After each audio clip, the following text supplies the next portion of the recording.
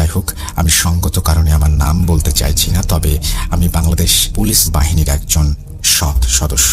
বর্তমানে আমি বরিশাল রেঞ্জের কোনো এক জেলায় কর্মরত আছি। আমার জীবনে রয়েছে 3টি ঘটনা, যার ভেতর থেকে আমি একটা শেয়ার করছি। সোজা ঘটনায় চলে আসি। প্রথমে আমার পারিবারিক বর্ণনায় আসছি, নতুবা মানুষ কতটা হিংস্র হতে পারে তার পুরোপুরি আপনারা বুঝতে পারবেন না। আমার পরিবারের আমি একমাত্র পুত্র সন্তান। আমি ব্যতীত আমার আরো 2টি বোন আছে, যারা আমার বড়। আমার মা আমার চাকরির শুরুতেই মারা যান। বাবা মারা যান চাকরির 6 বছরের মাথায়। নিকটতম আত্মীয় বলতে কেউ নেই। 2 বোন আছেন তাদের পরিবার নিয়ে, তাদের কাছে সাহায্য সহানুভূতি মেলে না। আমি বিয়ে করি। আমার চাকরি যখন 3 বছর অতিক্রম করেছে, তখন যা ছিল আমার পছন্দের একটা মেয়েকে। তার জন্মস্থানের দূরত্ব আমার থানা থেকে আনুমানিক 30 কিলোমিটার। এখন ঘটনায় যাই। ঘটনা 1।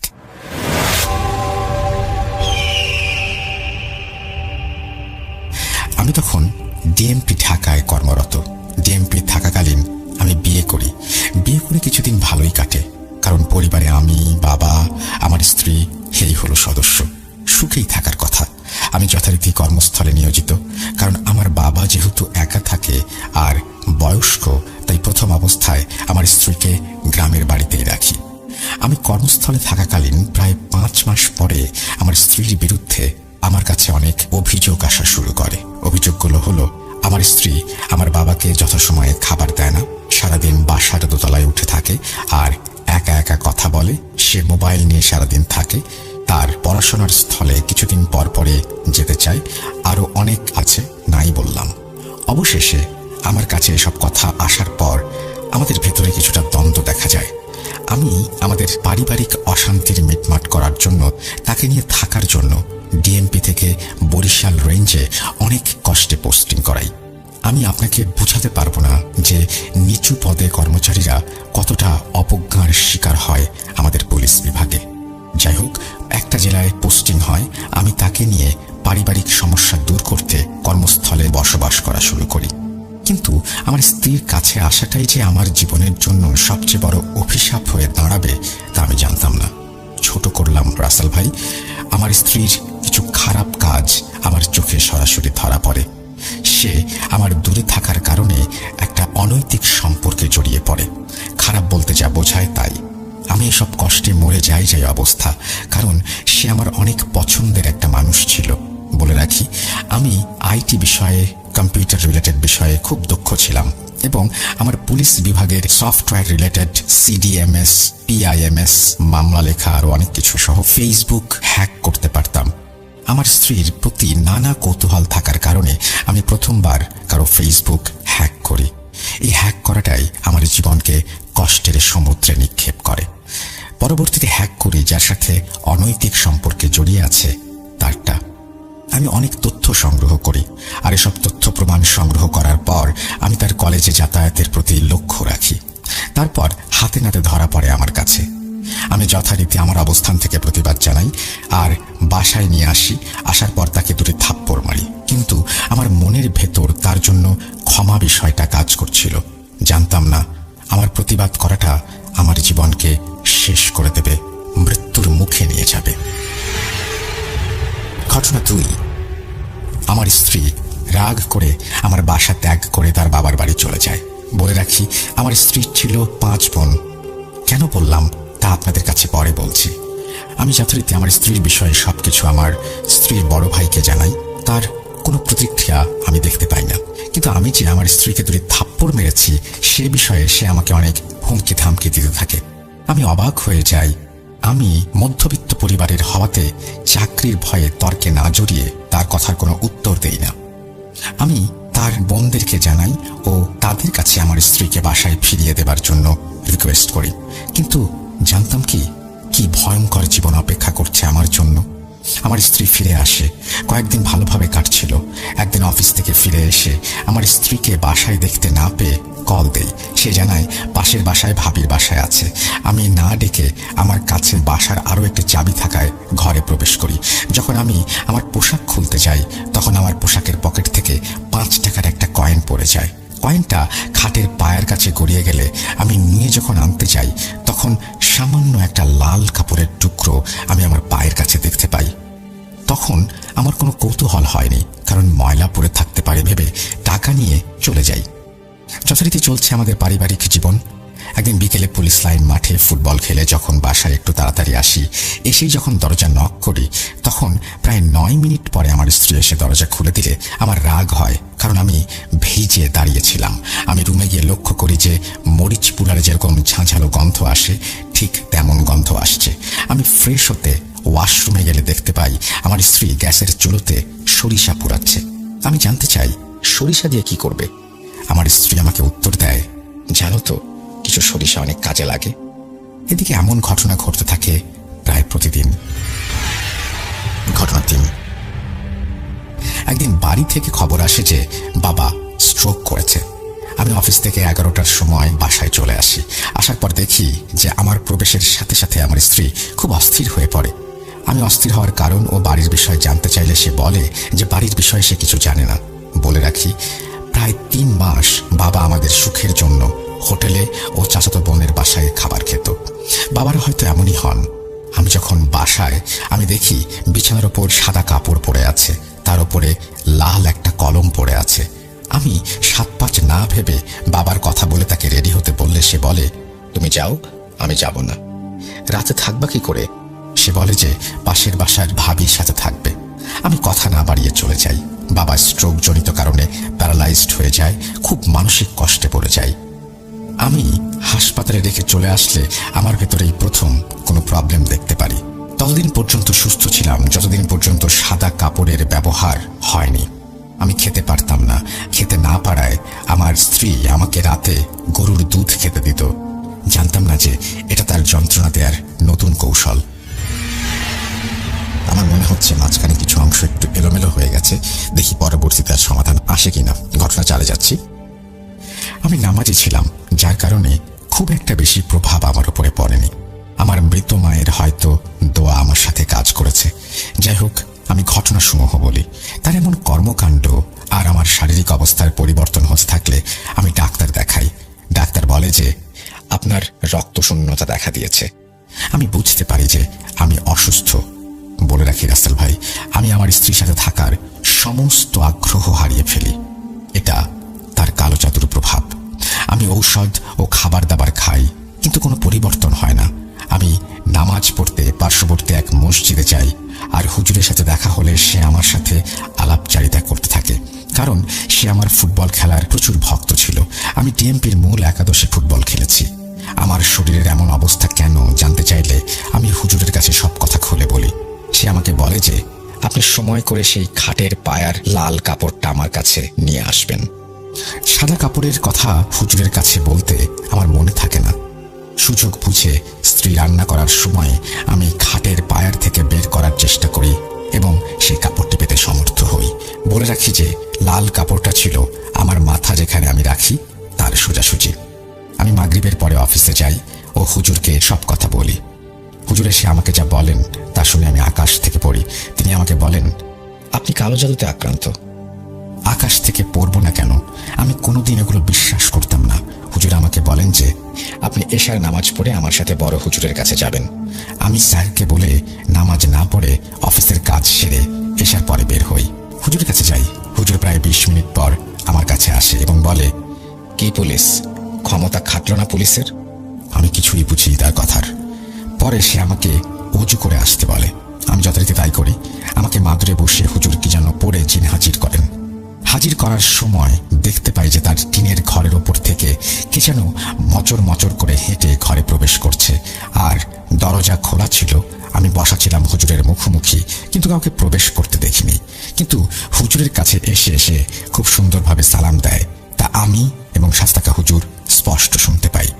আমার কথা জানতে চাইলে সে জানায় আমার ওপর আমার স্ত্রীর 2 বোন কালো জাদু করেছে, আর কাজে সহায়তা করেছে আমার স্ত্রী। তাদের উদ্দেশ্য হচ্ছে আমার পরিবার থেকে আলাদাকরণ আর আমার স্ত্রীর বাধ্যকরণ।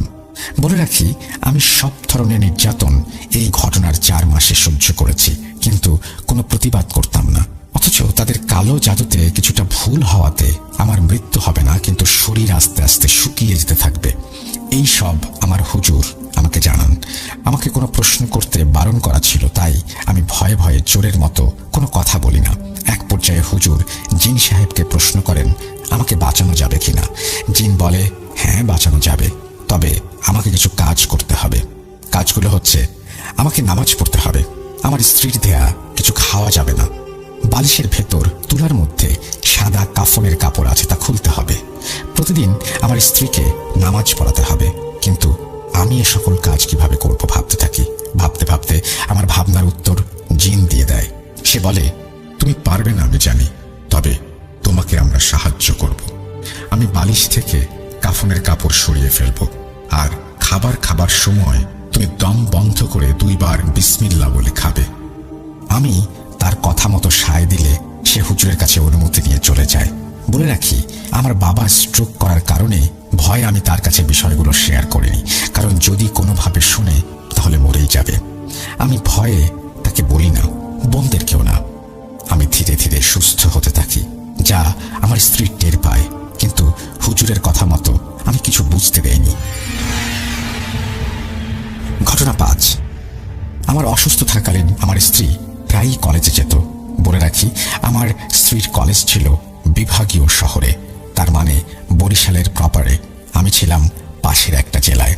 আমি 4 মাস অসুস্থ থাকাকালীন অনেকবার সে গেছে আর পরের দিন এসেছে, কিন্তু অবাক করা বিষয় আমি তাকে কিছুই বলতাম না আর জানতেও চাইতাম না, কারণ আপনারা তো বুঝতেই পারছেন।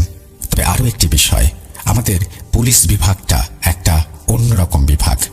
পানি নিচের দিকে যেমন গড়ায়, তেমনি আমরা যতই নিরপরাধ থাকি না কেন, ছোট কর্মচারী বলে আমাদের ওপরে অবিচার হয়েই থাকে, নির্যাতন হয়েই থাকে। আর বর্তমানে তো কোনো কথাই নেই। আমি কিছুটা সুস্থ বুঝতে পেরে আমার স্ত্রীর কার্যক্রম দেখে আমি মেজাজ হারিয়ে ফেলি। এতদিন বলিনি, কেন বলিনি সেটা নিশ্চয়ই আপনারা বুঝতে পারছেন। আমি সেই ছেলের সাথে মিশতে বারণ করেছিলাম। সে মিশবে, তার নাকি কোনো খারাপ সম্পর্ক নেই।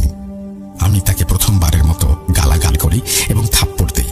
সে মেঝেতে পড়ে গেলে আমাকে বলে যে সে আমার চাকরি খাবে এবং আমাকে নাকি মেরেও ফেলবে। তার প্রথম কথাটা আমলে নেই, কিন্তু মেরে ফেলবে এই কথাটা আমি আমলে নেইনি, কারণ আমার স্ত্রী আমাকে মারবে তা আমার বিশ্বাস করতে কষ্ট হয়। আমি অফিসে চলে যাই। রাত 9টার পর অফিস শেষ করে বাসায় আসি এবং তখন দেখি আমার স্ত্রী বাসায় নেই। সাথে সাথে তার সাথে যোগাযোগ করার চেষ্টা করলে সে বারবার ফোন কেটে দিতে থাকে। রাত হবার কারণে সে কোথাও যায় না, তবে সে ওই মুহূর্তে আমার অতিরিক্ত পুলিশ সুপার মহোদয়ের কাছে বিচার দিতে চলে যায়, যা আমি জানতাম না।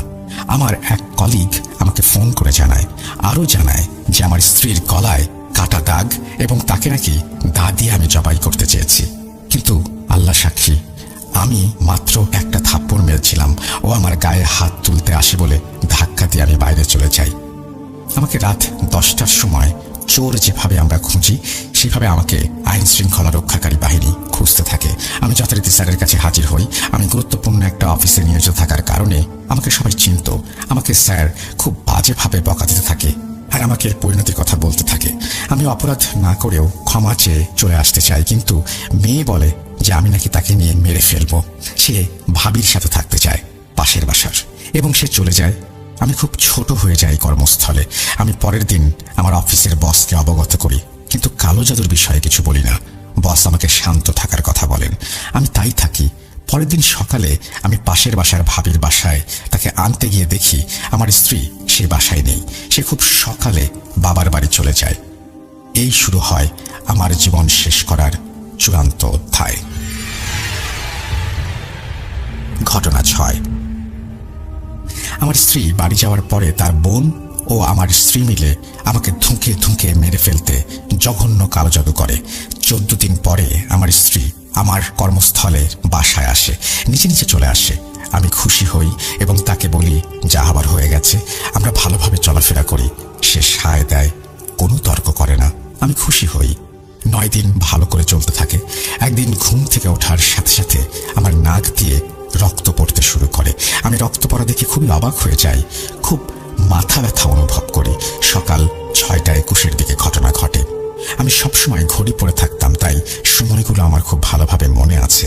পরে নাক পরিষ্কার করে মাথায় তেল পানি দিয়ে শুয়ে থাকি, কারণ অফিস তো 9:30।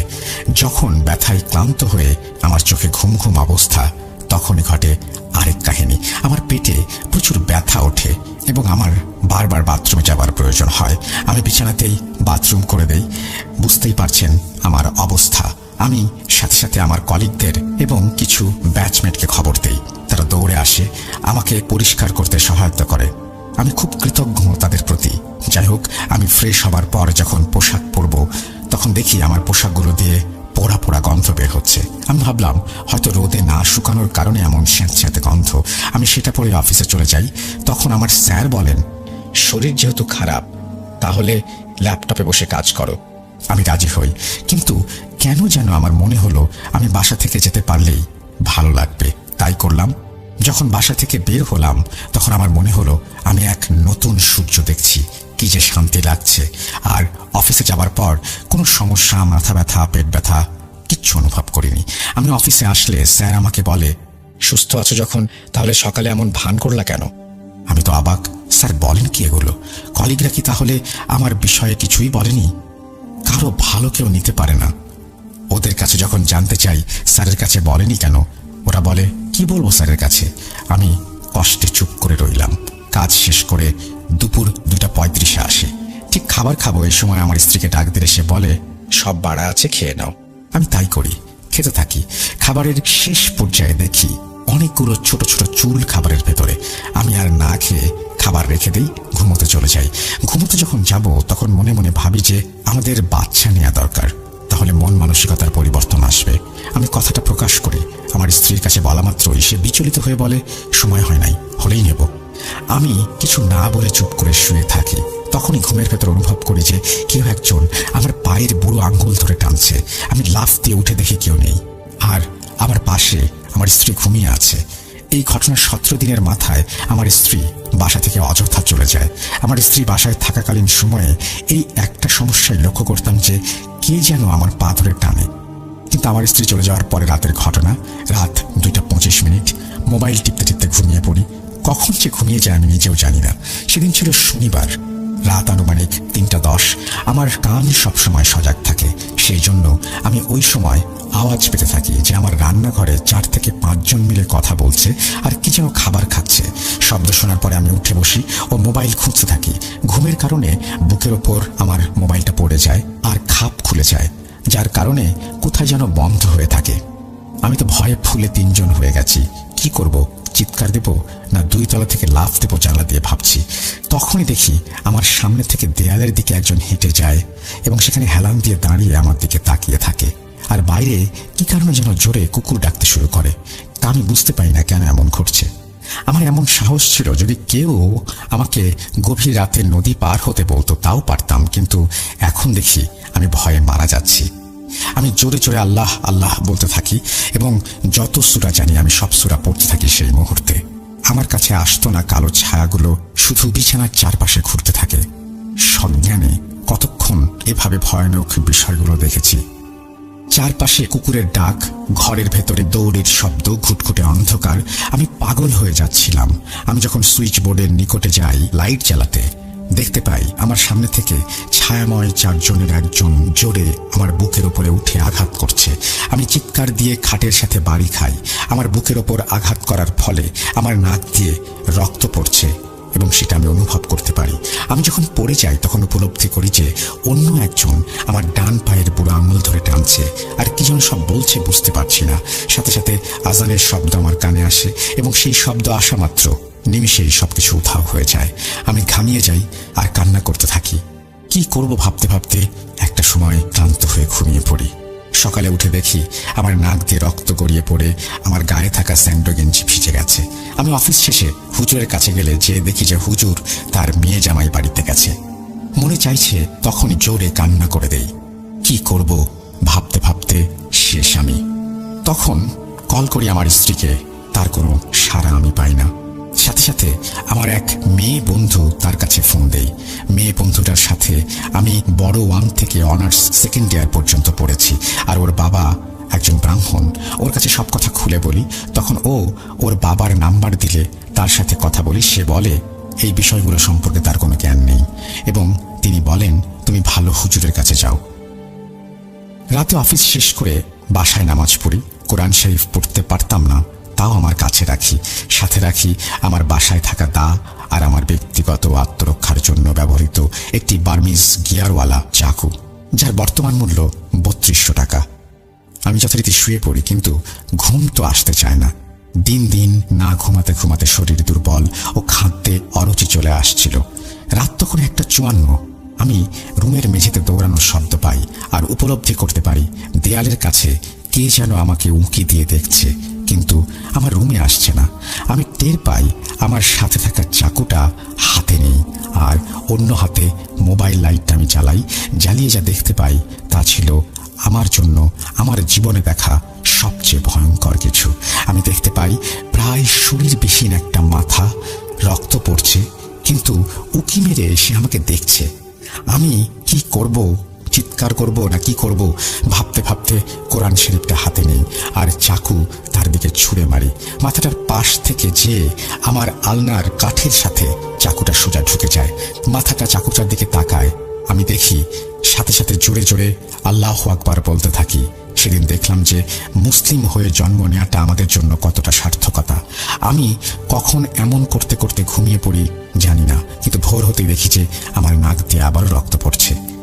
এমনভাবে ১৩টা দিন আমার সাথে একই ঘটনা ঘটে এবং নাক দিয়ে রক্ত ঝরা বাড়তে থাকে। এত রক্ত যে আমি রক্ত শূন্য হয়ে পড়েছিলাম। স্ত্রীকে কল দেই, সে অনেকদিন পর ফোনটা রিসিভ করে। আমি রিসিভ করা মাত্রই মনের কষ্টে কেঁদে দিই আর বলি, আমাকে ছেড়ে থেকো না, তাহলে হয়তো আমি মারা যাব। আমার স্ত্রী উত্তর দেয়, যেমন কর্ম তেমনই তো হবে। উত্তর শুনে আমার আর কিছু বুঝতে বাকি ছিল না। ঘটনা ৭। হুজুর তখনও আসেনি। বোনদেরকে জানাবো বলে সিদ্ধান্ত নেই। আমি ডিআইজি স্যারের অডিট থাকার কারণে কাজের চাপে সবকিছু ভুলে যাই, কারণ আমি খুবই গুরুত্বপূর্ণ একটা দায়িত্বে ছিলাম। রাত দিন তার কাজ করতে থাকি। অপরদিকে আমার বোনকে জানাবো ঠিক করি। সেই দিন রাত আনুমানিক ১১টার সময় বাসার তালা খুলতে পারছি না, কিন্তু নতুন তালা খুব সহজেই খুলে যেত। পরে অনেকক্ষণ বাদে খুলতে সমর্থ হই। ঘরে ঢোকা মাত্রই অদৃশ্যকে যেন আমার বুকের ওপর জোরে লাথি মারে এমন উপলব্ধি হয়, আর আমি সোজা গিয়ে পড়ি জানালার গ্লাসের কাছে। আমার হাত কেটে যায়। আমি চিৎকার দেওয়া মাত্র ওপরের বাসা থেকে ভাবি দৌড়ে আসে তার সন্তানকে নিয়ে। দরজা খোলাই ছিল, আটকানোর সময় পাইনি, তার আগে আঘাত করা হয়েছে। ভাবি আসা মাত্রই কালো আবরণটা সরে যায়। ভাবি জানতে চায়, ভাই কি হয়েছে? আমি বলি, ভাবি জানি না। আমি ছিটকে পড়ে যাই। সে আমাকে ধরে তুলে খাটের উপরে বসায়। আমি তাকে চলে যেতে বলি, কারণ বাসায় আমি একা আর তিনি একজন মহিলা, তাই চলে যেতে বলি। সেও কথা মেনে নিয়ে চলে যায় আর বলে ভাত দিয়ে যাবো কিনা। আমি শুধু ১ গ্লাস পানি দেবার কথা বলি। সে দিয়ে চলে যায়। ঘটনার রাত আমার সাথে যা ঘটে, কি করে তার কষ্ট আপনাদেরকে বুঝাই। আমার চাকুটা আমি খুঁজে পাচ্ছি না। সেদিন রাত থেকেই শুরু হয় আমার প্রতি কালো ছায়ার নির্যাতন। নামাজ পড়তে পারি রক্তের কারণে। আমি কোরআন শরীফ এনে রাখবো, সেই মুহূর্তে আমাকে পুরো শূন্যে তুলে আঘাত করা হয়েছে। আমি খুব ব্যথা পাই আমার কোমরে, আর অন্য একজন কি যেন বলে তাদের ভাষা আমি কখনো বুঝতে পারতাম না। অপর এক কালো ছায়া, তাকেও আমি ঠিক বুঝতে পারতাম না। এই প্রথম তার কথা আমি বুঝতে পেরেছি। তার কথা ছিল, এই তো এখনই তোকে মেরে ফেলতে পারি, এখনই মারছি না, যেন তোকে তিলে তিলে শেষ করতে পারি। আর কথাগুলো ছিল আমার স্ত্রীর কণ্ঠের। আমি ব্যথায় খুব কান্না করতে থাকি। আমি কিছুই করতে পারছি না। তখন সে অবয়বটা বলে, তোর বোনকে জানাবি? তাহলে তোর বোনকে কালই হত্যা করব। তোর বোন তো লেকের পাড় থেকে আসা যাওয়া করে, তাই না? আমি শুনে প্রথম তাদের কথার উত্তর দেই।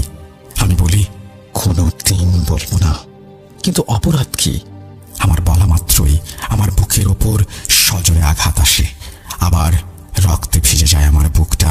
আমি নাক চেপে রাখি। আমি মনে মনে বলি, কেন আমি মারা যাই না, জ্ঞান হারাই না?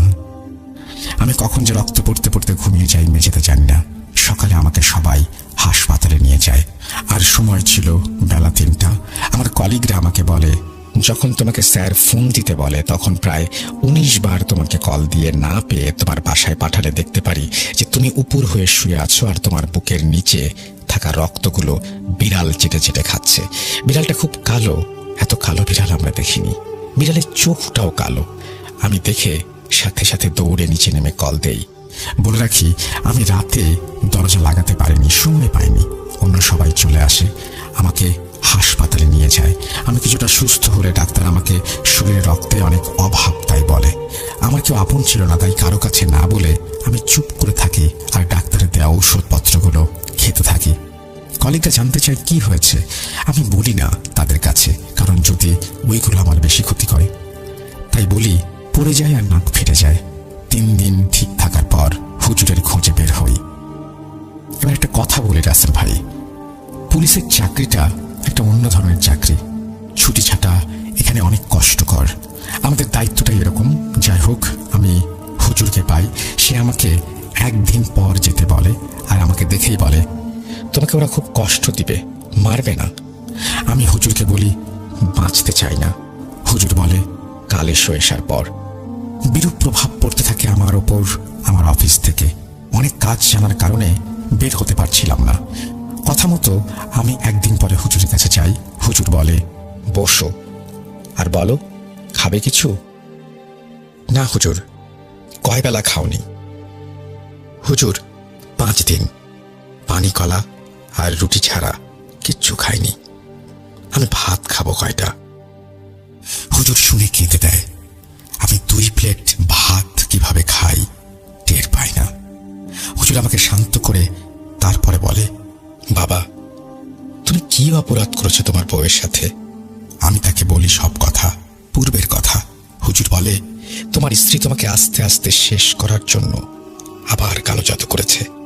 আমি তাকে বলি, হুজুর, কোন কারণে সে করবে? প্রথম কারণ তুমি তাকে মেরেছ, আর অন্য কারণ হলো তোমাকে সে নিজে থেকে ছাড়তে পারছে না। তাহলে তো কাবিনের টাকা পাবে না। বলে রাখি, আমার সম্পর্কের বিয়ে ছিল, তাই বিশ্বাস করে আমি আমার স্ত্রীকে 10 লক্ষ টাকার কাবিন করি। হুজুরের কথায় আসি।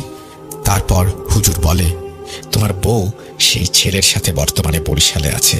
সেই ছেলেও তোমার ওপর, তোমার ছবির ওপর কালো জাদু করছে। তারা দুইজনে তোমার উপরে কালো জাদু করছে। তোমার স্ত্রীর উদ্দেশ্য হলো তোমাকে তিলে তিলে মেরে ফেলা বা নির্যাতন করে টাকা নেয়া। সেই ছেলের উদ্দেশ্য তোমাকে মেরে ফেলা। হুজুর, আমি গরিব মানুষ, কোথায় পাবো এই টাকা? বাবার কাছে বলো। বাবা প্যারালাইজড, সে জানতে পারলে মরে যাবে। আমি কান্না করতে থাকি। আমি কি করব? শোনো, তুমি যেই কালো কাটা মাথা দেখলা, সেটা হলো ছেলেটার কালো জাদুর ফল।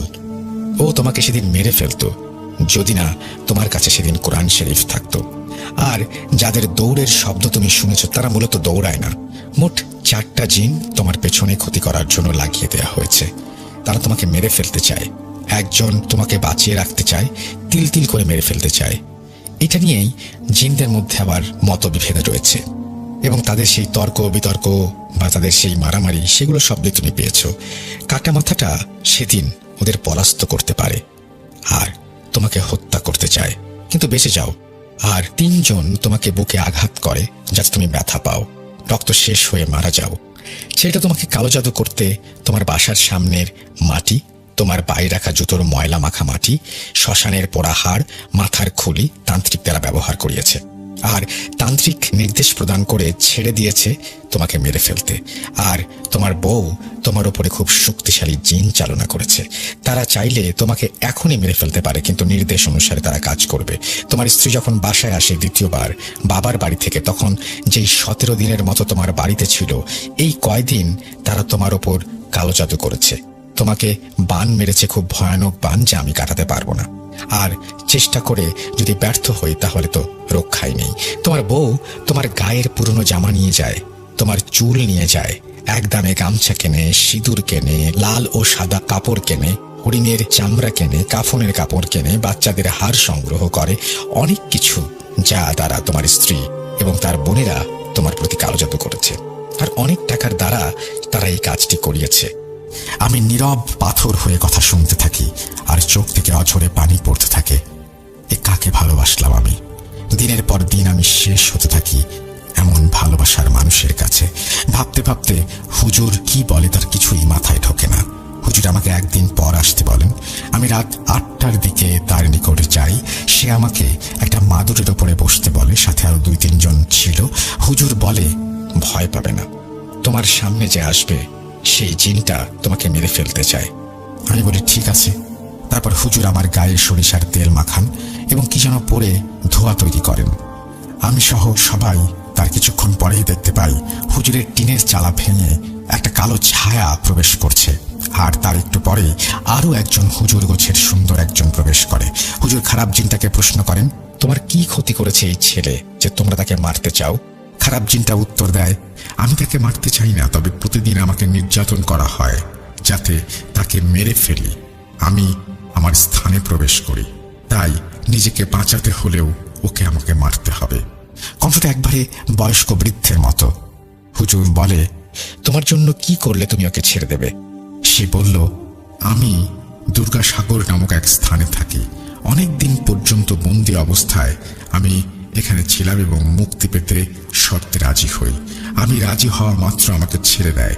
আমি দূরে চলে যাবো ওকে মেরে। এই জন্য এই ছেলেকে মারতে আসি, কিন্তু অন্যদের জন্য পারি না। তখন হুজুর বলে যে, আমি তোমাকে চাইলে বন্দি করতে পারি, তা আমি করব না। তোমাকে যেতে দিতে এবং নির্যাতন থেকে বাঁচাতে পারি যদি তুমি এই ছেলেকে মেরে না ফেলো। চিন্তা রাজি হয়। তখনই সুন্দর গোছের হুজুর বলে, সে কি বলে আমি বুঝি না। হুজুর যা উত্তর দেয় আমি তাই বলছি। হুজুর সেই সুন্দর হুজুরকে নির্দেশ করে বলে তাকে যেন খুব সুন্দর একজোড়া কবুতর দেয়া হয়, আর পানি দ্বারা ওর সমস্ত স্থান, মানে আটকানোর স্থান, পবিত্র মাটি ও পানি দ্বারা পরিষ্কার করা হয়। আর আমাকে বলে দেয়া হয় একদমে ছাগল কিনে পশ্চিমে ছেড়ে দিয়ে আসতে। তারপর জিনটা কোথায় যেন চলে যায়, আর ভালোভাবেই চলে যায়। শেষ হলো আমাদের প্রথম জিনের পালা। হুজুর শেষ করে ক্লান্ত হয়ে পড়েন, আর আমাকে বিদায় দিয়ে বলেন, তাবিজ রাখো, শরীর বন্ধ করে দিলাম, কিছুদিন ভালো থাকবে। ওদের 3 জনের হাত থেকে আমি বাঁচাতে পারবো বলে আমার মনে হয় না, তবে আল্লাহর উপর ভরসা রাখো, সে সর্বশক্তিমান, ক্ষমতাবান। আমাকে হুজুর নির্দেশনা দেন যে নামাজ যেন আমি পড়ি। ঘরের প্রধান দরজার নিচে কাঠ খোদাই করা তাবিজ বের করতে, আমার পুলিশি শুয়ের ভেতর সেলাই করা লাল একটি সুতো আছে, যে সুতোটি আমার স্ত্রী আমাকে সেলাই করে দিয়েছে, সেটা পানিতে ফেলে দিতে। আর গোসল যেখানে করি তার ময়লা যেখান দিয়ে যায় তার স্টিলের কাভারের নিচে তাবিজ ঝুলানো আছে, সেটাতে আগুন দিয়ে দিতে। আমার ল্যাপটপের ভেতরে সাদা কাগজ মুড়িয়ে রাখা হয়েছে, সেটা বের করতে। আর আমার রক্তে যা মিশে আছে তা বের করা যাবে না, তাই তিল তিল করে রক্ত শূন্য হয়ে আমি মারা যাব। রাসেল ভাই, আমার দান করা রক্তে হয়তো বেঁচে আছে প্রায় 21টা মানুষ, কিন্তু কি নির্মম পরিহাস, আজ আমি রক্ত শূন্যতায় প্রতিদিন মারা যাচ্ছি। প্রতিদিন আমাকে আঘাত করা হয়, আর নাক থেকে রক্ত গড়িয়ে পড়ে। বুকের পাঁজর আঘাতে ভেঙে যেতে চায়, কিন্তু ভাঙে না। ঘটনা 8। আপন বলতে শুধু বাবা, সেও কিছুদিন পরে মারা যান। আমি তখন পৃথিবীতে একেবারে একা, কোনো নিকট আত্মীয় নেই। বোনরা পরিবার নিয়ে আছে, তাদের কথাও আমার ভাবতে হয়। ছোট হওয়ার পরও অনেক কষ্টে ছোট হয়ে আমি আমার স্ত্রীকে আমার সাথে দেখা করার জন্য রাজি করাই। একদম একা। সে আসেও কোনো এক স্থানে আমার সাথে দেখা করতে। আমি আমার কষ্টের চোখের পানি আটকাতে পারিনি। তার পাটা জড়িয়ে ধরে আমি তাকে বলি, কি আমার অপরাধ? সে কোনো অনুশোচনা না করে বলে, তুই কোনোদিন বুঝতে পারবি না, যা হবার হবে। আমি শান্ত হয়ে নিরুপায় হয়ে জানতে চাই, কি হলে আমাকে মুক্তি দেবে তোমরা? আমার স্ত্রী বলে, আমার কাবিনের টাকা দে, তাহলে মুক্তি পাবি। আমি তাকে বলি, কোথা থেকে এই টাকা আমি দেব? তখন সে বলে, বাঁচতে হলে দে, নতুবা যা কিছু ঘটবে সেটা তোর ব্যাপার। তখন সে ছুটে যায়, আর আমার বিভাগের কোনো এক পুলিশের বুদ্ধি নিয়ে আমার বিরুদ্ধে পুলিশ হেডকোয়ার্টারে অভিযোগ করে, এবং ডিআইজি বরিশাল মহোদয়ের কাছেও সে অভিযোগ যায়। আমার বিরুদ্ধে বিভাগীয় মামলার চার্জ গঠন করা হয়। আমি সাময়িকভাবে বরখাস্ত হই। 2 বার আত্মহত্যা করতে গেছি, কিন্তু পারিনি, সেই খারাপ জিনদের কারণে। ওরা বলে, তুই মরতেও পারবি না। আমি মৃত্যুর দিকে দিন দিন এগিয়ে যাচ্ছি, হয়তো মরে যাব কিছুদিনের ভেতর টাকা দিতে না পারলে। এই ছিল আমার কাহিনী।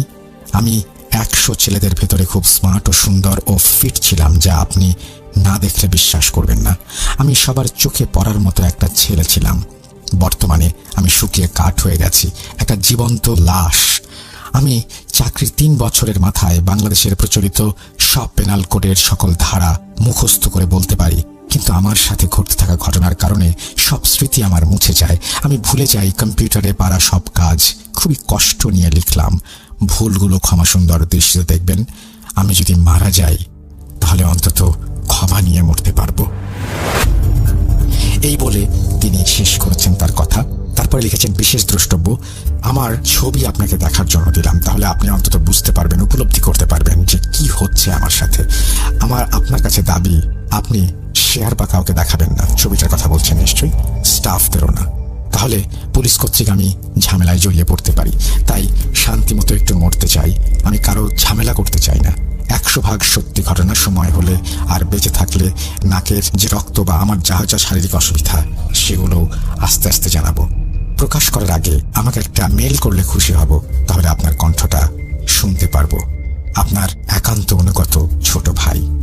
এই বলে তিনি তার ঘটনা শেষ করেছেন। থ্যাংক ইউ ভেরি মাচ আপনার